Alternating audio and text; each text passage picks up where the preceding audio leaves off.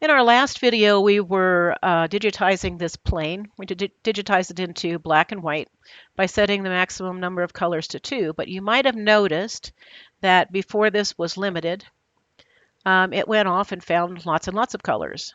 And I wanted to show you why that is.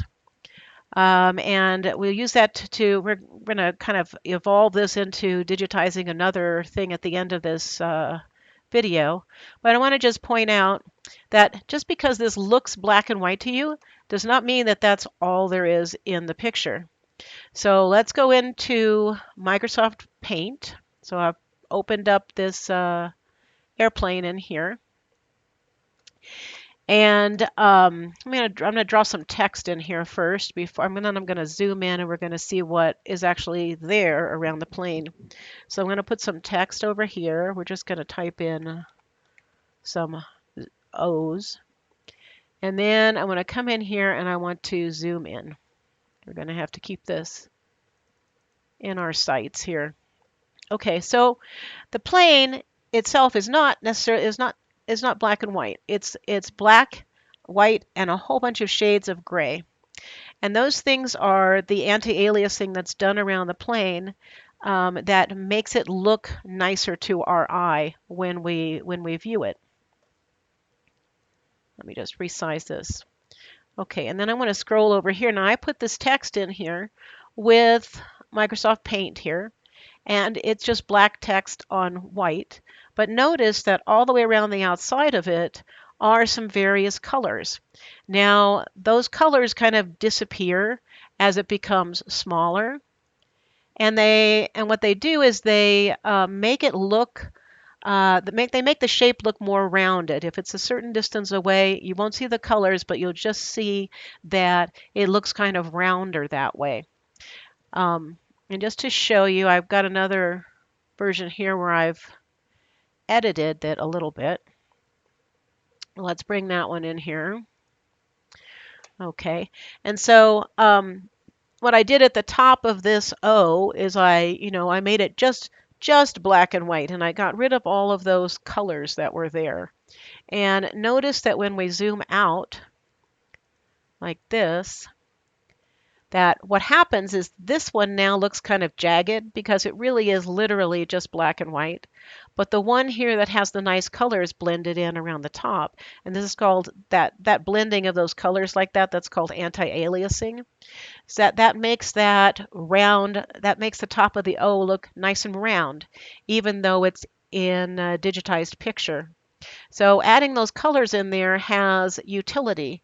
But when we're taking something like this and we're going to put it into some kind of craft medium, like crochet or cross stitch or latch hook rugging, then we don't have that option. We can't have all these little blended things in here. And if we put them there, it would look kind of strange because it would look like this and you'd see the colors instead of having it be really small, like text that we see, on the screen. We would see it in a larger form.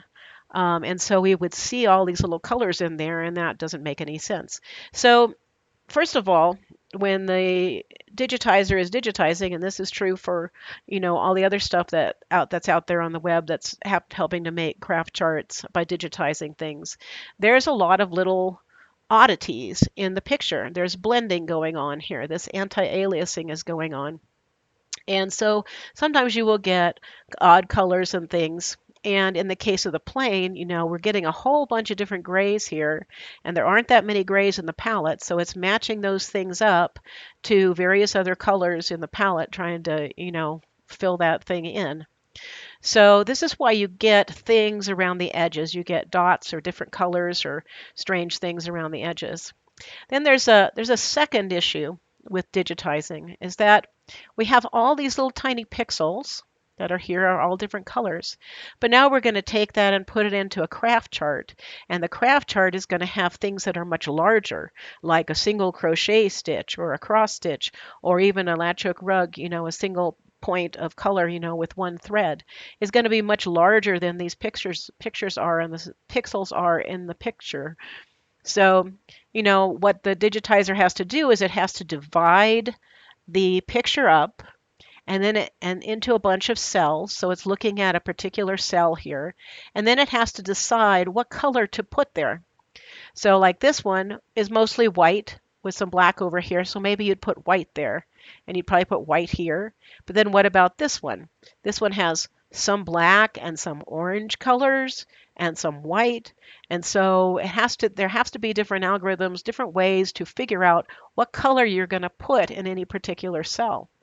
And then I think you can see that if you divide this up in different ways, you might get kind of different colors in different spots and different things in kind of strange ways. Like if you had a small enough thing here, you might get an orange spot there somewhere in the middle if you divided it up in a certain way. So that's what's going on, and that's what the digitizer has to deal with.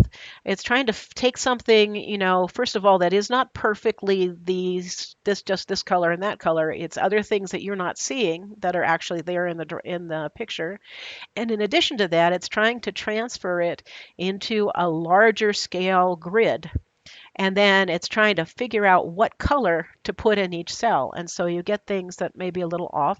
And if you change the grid size and that kind of thing, you might look a little different and that kind of thing. So that's what that is doing. Let me just put this back over here. Okay, and so that's why you get these extra colors sometimes. And that happens no matter, what digitizer you're using. You're always going to get some things like that because those things are inherent in the picture. And there are also an inherent problem in moving from one size of grid, which are the tiny pixels, to a larger grid, that's more like craft size, something that you're gonna make. So you're always, there are those issues going on.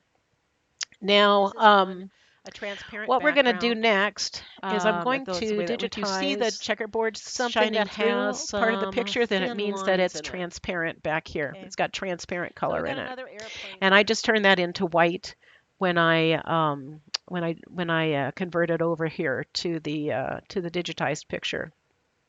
Now, there's some special things to know about digitizing something that has thin lines in it. And let me bring over one of my pictures again here. Okay, so suppose this is our red thin line that we're trying to digitize. Well, we're breaking it up into cells that are much bigger than the pixels that are originally red. And so at each of these cells, we have to determine what color is going to be placed in there, right?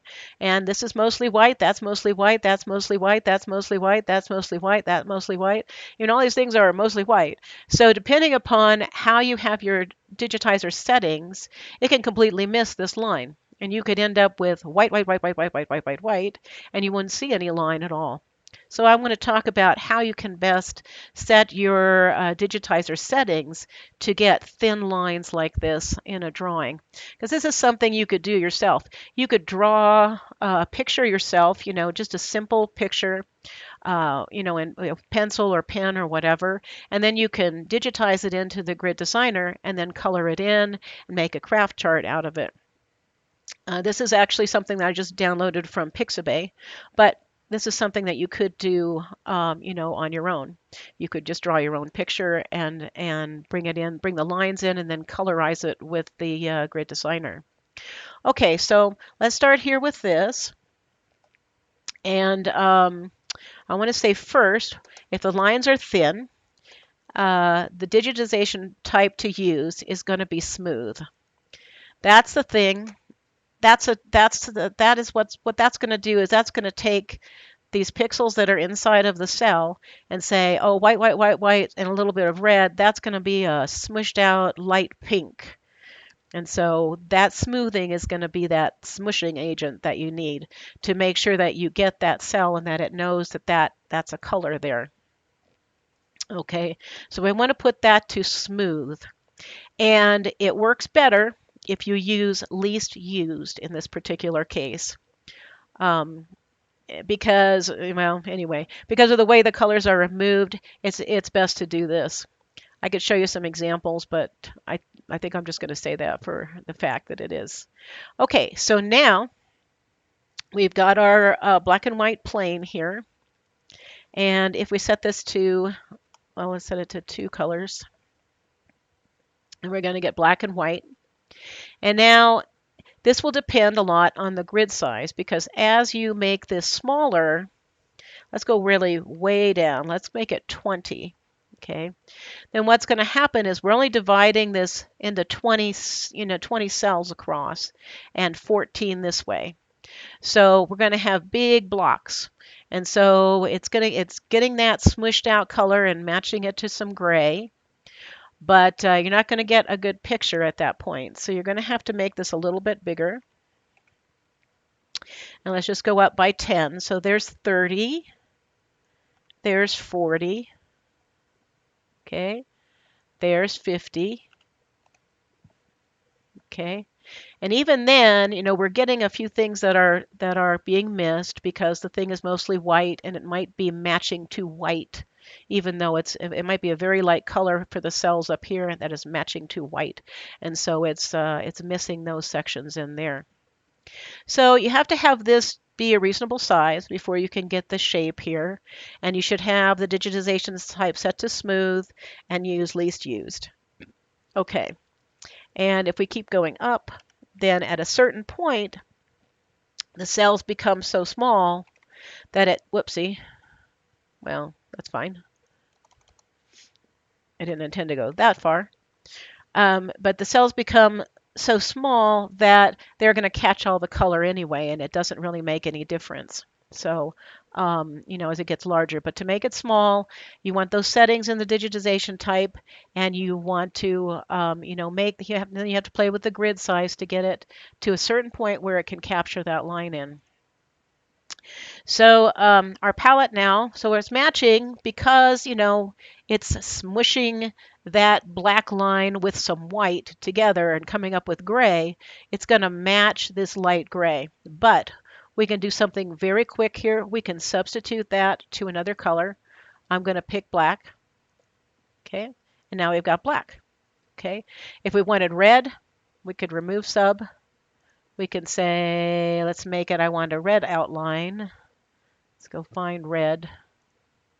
Okay, and now we have a red plane. Okay, so substituting colors is very useful in here. Sometimes you need to set the algorithm to a certain way where you get that smushed out color, and that maybe is not what you want in your final drawing, but you can always do a substitution over here to that. Okay, so now that we've got that, let's create our project from that. And I'm not going to save it. And so we've got this here. Now I have some editing to do.